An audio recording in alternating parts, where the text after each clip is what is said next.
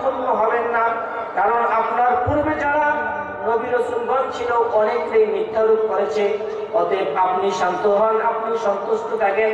আর তাদের ব্যাপারে আপনি বলে দেন কেন তারা পৃথিবীতে ভ্রমণ করে না, কেন তারা পৃথিবী সফর করে না।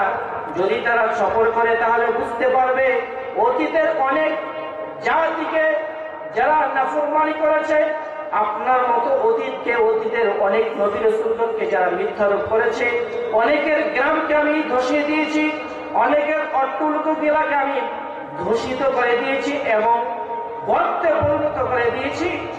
এরপর কেন তারা শিক্ষা নিতে পারে না? এর কারণ হলো একটাই, তাদের বাহ্যিক চক্ষু অন্ধ না, তাদের বাহ্যিক কান বধির না, বরং তাদের বুকের ভিতরে যে কলবটা আছে, এই কলবটা তাদের অন্ধে পরিণত হয়েছে।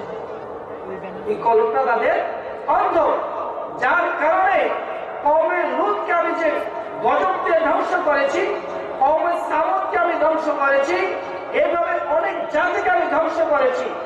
ওই জাতিগুলোর ওই উপত্যকাগুলো কেউ যদি ভ্রমণ করে তাহলে সেখান থেকে শিক্ষা নিতে পারে, কিন্তু আজও সেখান থেকে শিক্ষা নিতে পারতেছে না। কারণ এর বড় কারণ হলো তারা সফর করে, তারা ভ্রমণ করে, এরপরে তারা বুঝতে পারে না। এর কারণ হলো তাদের বাহ্যিক চক্ষু অন্ধ না, তাদের বাহ্যিক কান বধির।